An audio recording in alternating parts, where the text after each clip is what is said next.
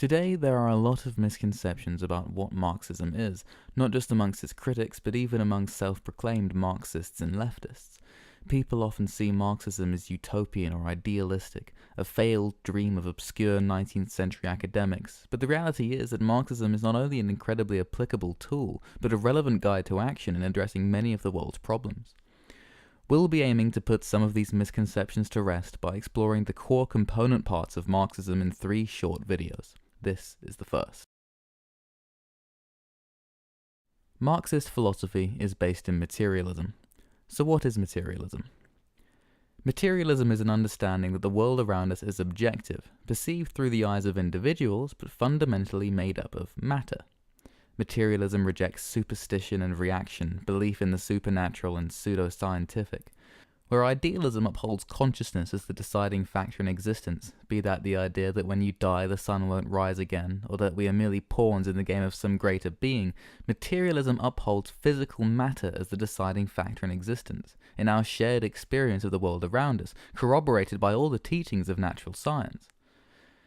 Materialism holds that the world is real and not an imaginary thought. It refutes the idealist notions of spiritual hierarchy which have throughout history upheld class society, the exploitation of man by man, and to a greater extent nation by nation. Marx's materialist philosophy developed from that of Ludwig Feuerbach, a 19th century philosopher whose materialist outlook posited that processes such as history progress in cycles, fixed patterns without change. Marx found this overly formulaic. In applying the works of Hegel, whose outlook understood existence to be in constant flux and change, a constant struggle between opposites, which in philosophy is called a dialectical process, to Feuerbach's materialism, Marx uncovered the real driving force behind material processes.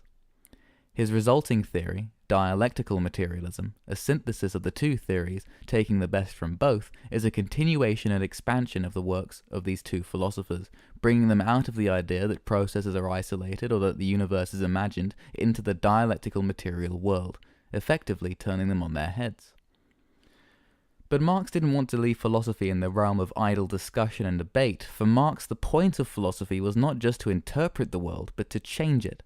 And to this end, Marx and Engels applied dialectical materialism to the study of history, the concept of historical materialism. Historical materialism holds that societies have been, and continue to be, defined by a struggle between two antagonistic social classes, the exploiter and the exploited, and that the motive for social change is the resolution of that struggle, the overthrow of the exploiter by the exploited, for instance, the capitalist revolutions which put an end to the previous feudal era. Just as man's knowledge reflects nature, i.e. developing matter, which exists independently of him, so man's knowledge, i.e. his various views and doctrines, philosophical, religious, political, and so forth, reflects the economic system of society. Thus, society itself is built on the contradiction between its economic foundations and the culture, political systems, and so on that reflect it. Thanks for watching. If you're interested in learning any more, make sure to keep an eye out for our future videos. If you have any suggestions, let us know down in the comments, and remember to subscribe and share the video out as much as you can to help spread the word. Thank you.